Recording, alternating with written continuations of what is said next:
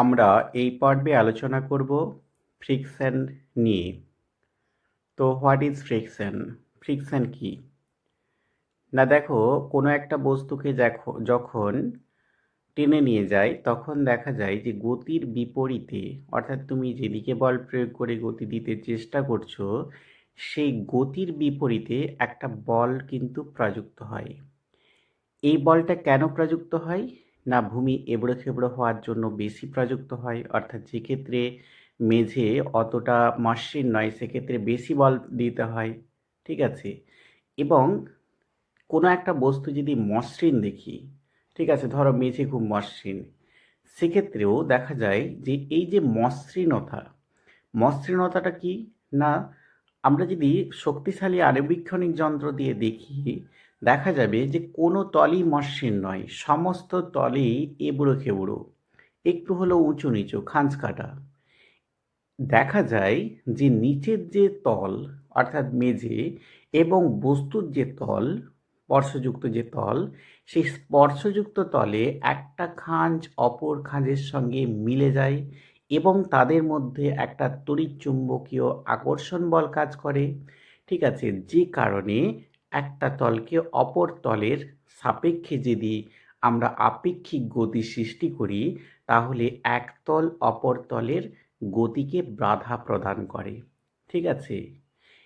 তো এই যে বাধা প্রদান করলো, অর্থাৎ গতির বিপরীতে একটা বল যে প্রযুক্ত হলো, এইটাকে বলা হচ্ছে ফ্রিকশন বল। ঠিক আছে? বা ঘর্ষণ বল। ঠিক আছে? এই ঘর্ষণ বল কিসের উপর নির্ভর করে? না অমসৃণতার প্রকৃতির উপর। তল দুটো যত অমসৃণ হবে তত ঘর্ষণ বল তত বেশি হবে।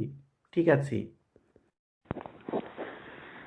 দেখো এখানে ছবিটা যেটা এঁকেছি, যে একটা তলের সঙ্গে অপর তল যেটা আছে দেখো খাঁজ কাটা আছে একটু, অর্থাৎ এবড়ো খেবড়ো আছে। ঠিক আছে? যতই আমরা মসৃণ ভাবি না কেন, তল দুটোকে যদি শক্তিশালী আণুবীক্ষণিক যন্ত্রের সাহায্যে দেখি, যে একটা তল, প্রতিটা তলই কিন্তু মসৃণ নয়, পুরোপুরি মসৃণ নয়। এই অমসৃণতার কারণেই কিন্তু ঘর্ষণ বলটা ক্রিয়াশীল হয় এবং তল দুটো যত অমসৃণ হবে ঘর্ষণ বল তত বেশি হবে। ঠিক আছে? অর্থাৎ তল দুটোর প্রকৃতির উপর নির্ভর করে ঘর্ষণ বলের মান। আর আমরা যদি আণুবীক্ষণিক ব্যাখ্যাতে যাই, আণুবীক্ষণিক নয়, আণবিক ব্যাখ্যাতে যাই, তখন দেখা যায় যে এই যে কণাগুলো, অর্থাৎ এই যে খাঁজ কাটা অংশের মধ্যে পরস্পর সংযুক্ত আছে যে অংশের মধ্যে, সেই স্পর্শজনিত একটা বল কাজ করে, অর্থাৎ স্পর্শ থাকার জন্য একটা বল কাজ করে। এই স্পর্শজনিত যে বলটা সেটা কিন্তু তলের সঙ্গে সমান্তরালে কাজ করে এবং এই বলটা হচ্ছে তড়িৎ চুম্বকীয় বল। ঠিক আছে? এই বলটা স্পর্শতলের সমান্তরালে কার্যকরী হয়। সমান্তরালে কার্যকরী হয় এবং আরেকটা কি বললাম, এইটা হচ্ছে তড়িৎ চুম্বকীয় বল। এরপরে আমরা আসছি স্থিত ঘর্ষণ বা স্ট্যাটিক ফ্রিকশন। স্থিত ঘর্ষণ বা স্ট্যাটিক ফ্রিকশন কি? না, স্থিত কথার অর্থ হচ্ছে স্থির। স্থির অবস্থায় বস্তুর মধ্যে যদি আমরা কোনো বল ক্রিয়া করি, তখন দেখা যাবে বস্তু স্থির আছে কিন্তু প্রযুক্ত বলের বিপরীতে একটা বল কিন্তু ক্রিয়াশীল হচ্ছে, ঘর্ষণ বল ক্রিয়াশীল হচ্ছে। এই ঘর্ষণ বলটাকে বলা হচ্ছে স্থিত ঘর্ষণ। ঠিক আছে?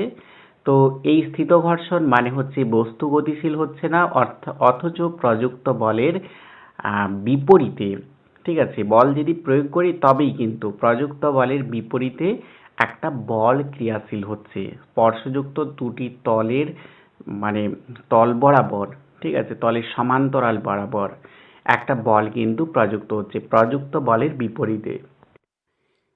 এবং এক্ষেত্রে বস্তু যতক্ষণ না গতিশীল হচ্ছে, ঠিক যতক্ষণ না গতিশীল হচ্ছে তার আগে পর্যন্ত ক্রিয়াশীল যে ঘর্ষণ বল, ঠিক আছে, এই ঘর্ষণ বলটাকে বলা হচ্ছে স্থিত ঘর্ষণ বল।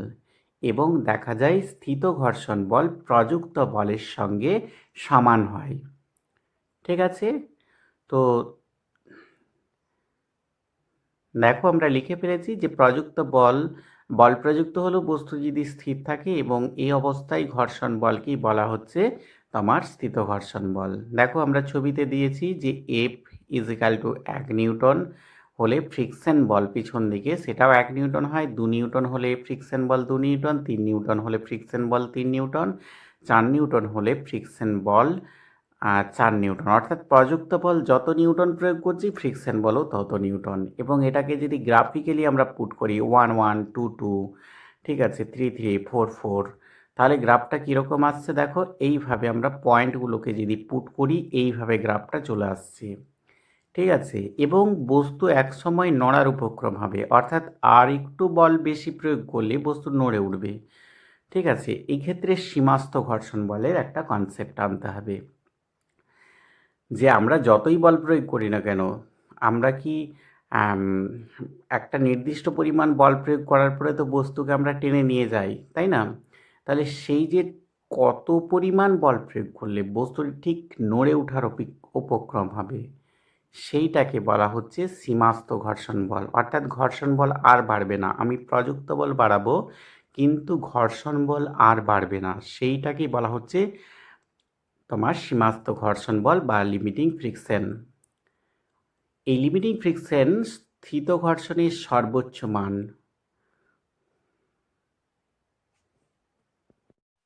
এবং এই অবস্থাতেও দেখা যায় যে প্রযুক্ত বলের সঙ্গে ঘর্ষণ বল ইকুয়াল হচ্ছে, ঠিক আছে, অর্থাৎ সীমাস্থ ঘর্ষণ বল।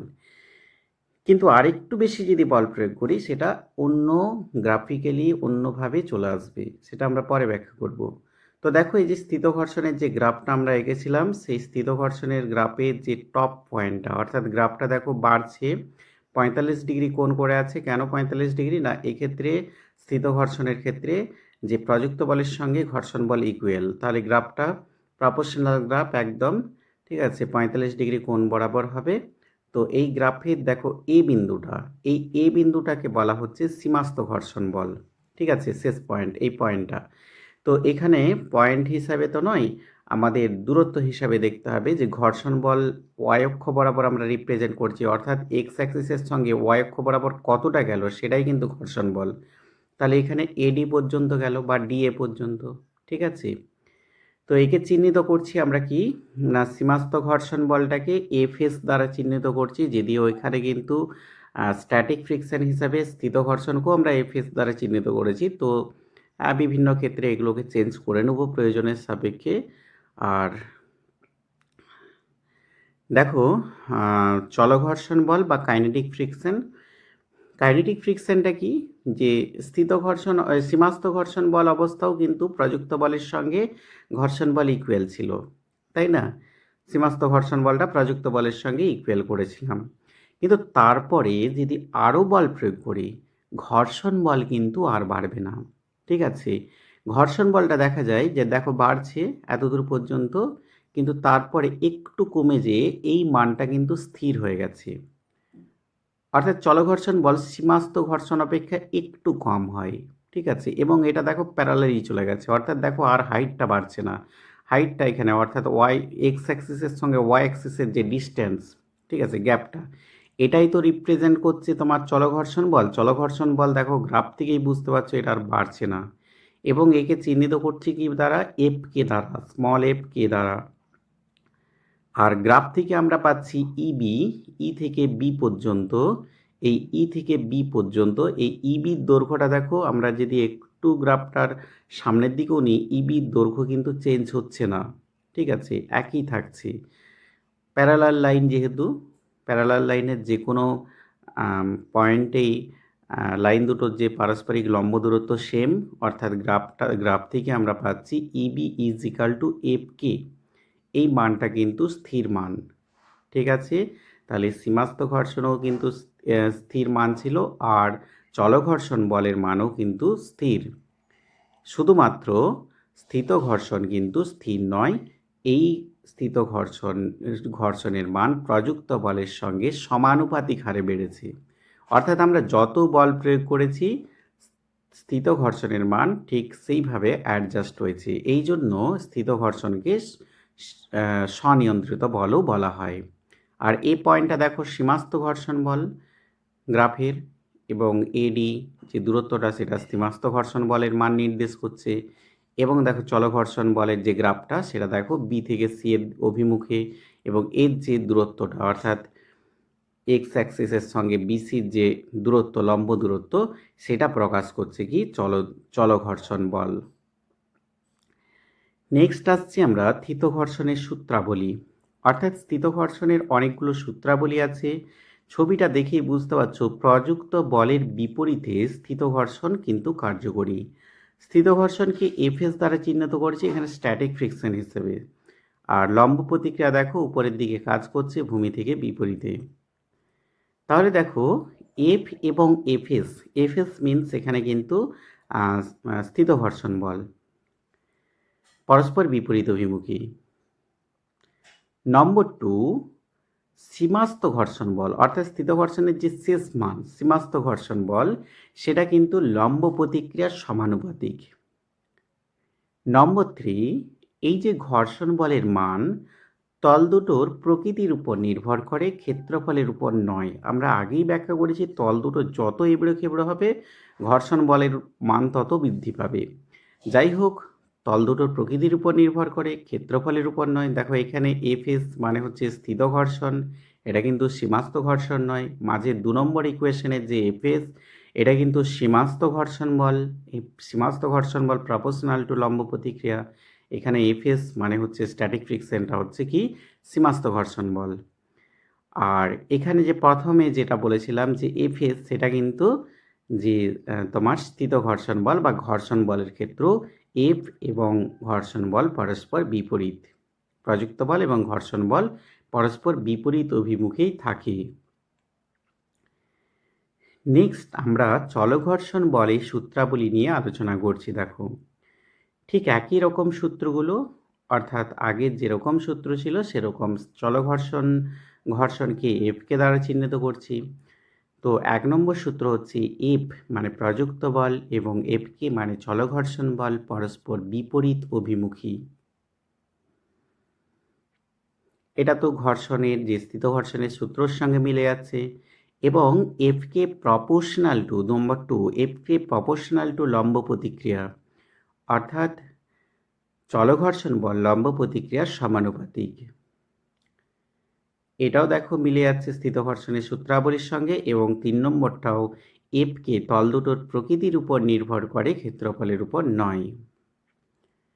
এরপরে দেখো স্থিত ঘর্ষণ গুণাঙ্ক।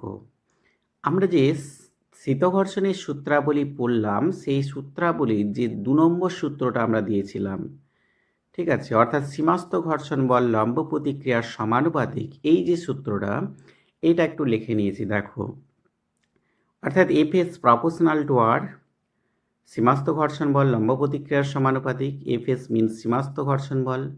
এবারে এই প্রপোর্শনালটাকে তোলার জন্য আমরা একটা কনস্ট্যান্ট মিউএস দিলাম। এই মিউএসটাকে বলা হচ্ছে স্থিত ঘর্ষণ গুণাঙ্ক। ক্লিয়ার? এখানে যে মিউএস, এই মিউএসটাই হচ্ছে তোমার কি স্থিত ঘর্ষণ গুণাঙ্ক বা কোএফিসিয়েন্ট অফ ফ্রিকশন। এটা কোএফিসিয়েন্ট অফ স্ট্যাটিক ফ্রিকশন হবে।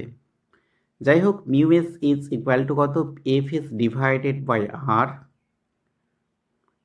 এই ফর্মুলাটা মনে রাখবে, F S is equal to mu S R, কাজে লাগবে বিভিন্ন ক্ষেত্রে, খুব ইম্পর্ট্যান্ট ফর্মুলা।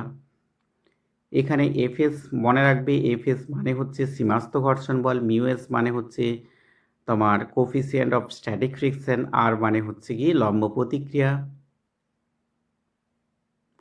তো এখানে আর এর সঙ্গে এমজি যেহেতু ইকুয়াল, অর্থাৎ ওজনের বিপরীতে কিন্তু তোমার লম্ব প্রতিক্রিয়া আছে, তাই ইকুয়াল আর এর জায়গায় আমরা কিন্তু এমজিও লিখে দিতে পারি। ঠিক আছে, আর এর জায়গায় আমরা লিখে দিতে পারি এমজি। যাই হোক, এফএস এর যে ইকুয়েশনটা এটাকে দেখো চেঞ্জ করে mu s is equal to FS divided by আরও করতে পারি। ঠিক আছে, তো এই মিউএস এর মান কত হয় না, মিউএস এর মান হয় 1-এর কম স্বাভাবিক, 1-এর কম হয় সবসময়ের জন্য, প্রায় 1-এর কম হয়। সেক্ষেত্রে কাঁচ বা আরও যেগুলো মসৃণ, খুব একটা বরফের মধ্যে যে ফ্রিকশন, সেগুলো মোটামুটি একটু কম হয়। কিন্তু খুব এবড়ো খেবড়োর ক্ষেত্রে 1-এর কাছাকাছি বা 1-এর সমান বা 1-এর কম হয়।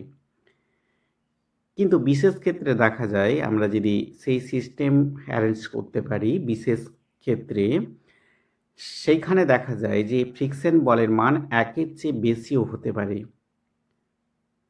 ঠিক আছে, 1-এর থেকে বেশিও হতে পারে।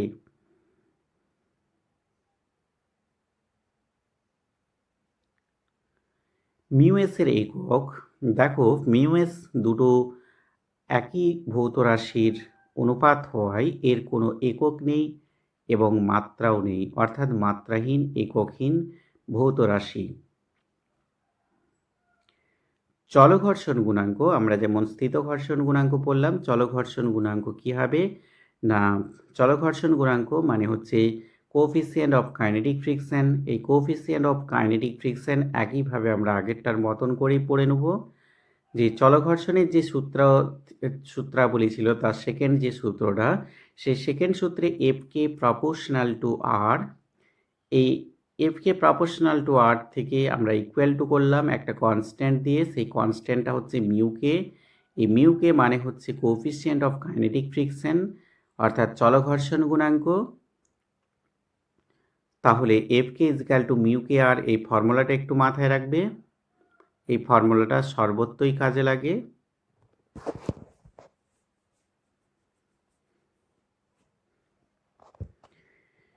এখান থেকে মিউকে is equal to F K divided by R বলতে পারি।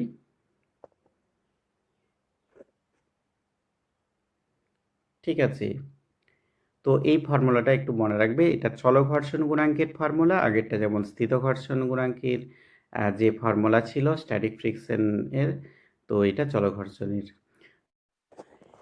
এরপরে দেখো ঘর্ষণ কোণ, প্রযুক্ত বল, ঘর্ষণ বল এবং লম্ব প্রতিক্রিয়া। তো এখানে ঘর্ষণ বলটা যদি সীমাস্থ ঘর্ষণ বল হয়, সীমাস্থ ঘর্ষণ বল এবং লম্ব প্রতিক্রিয়ার যে লব্ধি এই বরাবর হবে। এই যে লব্ধিটা দেখো এস দ্বারা চিহ্নিত করেছি, এই লব্ধিটা লম্ব প্রতিক্রিয়ার সঙ্গে যে কোণ উৎপন্ন করে। ঠিক আছে, কার সঙ্গে? লম্ব প্রতিক্রিয়ার সঙ্গে যে কোণ উৎপন্ন করছে, এই কোণটাকে বলা হচ্ছে কি তোমার ল্যামডা দ্বারা চিহ্নিত করেছি, এই কোণটাকে বলা হচ্ছে ঘর্ষণ কোণ। অর্থাৎ সীমাস্থ ঘর্ষণ বল লম্ব প্রতিক্রিয়ার লব্ধি লম্ব প্রতিক্রিয়ার সঙ্গে যে কোণ উৎপন্ন করে সেটাই হচ্ছে তোমার ঘর্ষণ কোণ।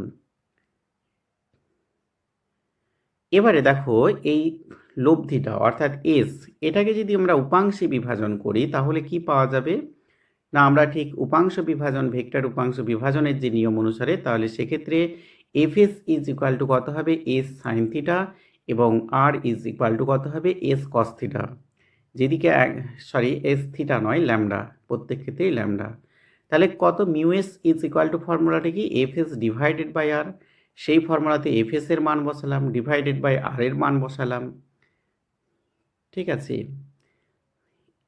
ইজ ইকুয়াল টু কত হলো ট্যান ল্যামডা, অর্থাৎ mu S is equal two tan lambda, mu S is equal two tan lambda. অর্থাৎ ঘর্ষণ গুণাঙ্ক ঘর্ষণ কোণের ট্যানজেন্টের সঙ্গে ইকুয়াল। নিশ্চয়ই বুঝতে পেরেছো ফর্মুলাটা কিভাবে আসছে। এবং আরেকটা দেখো সামান্তরিকটা কমপ্লিট করে নিলাম সামান্তরিক সূত্রের মতো করে। তো সামান্তরিক সূত্র অনুসারে আমরা কি পাই, যেহেতু বল দুটো পরস্পর 90 ডিগ্রি কোণে আছে, অর্থাৎ S is equal to root over of F S square plus R square is equal to root over of mu S square R square plus R square. আরটাকে কমন নিয়ে বের করে দিলাম রুট থেকে, অর্থাৎ mu S square plus 1 S is equal to R into root over of mu S square plus 1। এই ফর্মুলাটা হচ্ছে কি তোমার এই যে লব্ধিটার সঙ্গে তোমার ঘর্ষণ গুণাঙ্ক এবং লম্ব প্রতিক্রিয়ার একটা রিলেশন।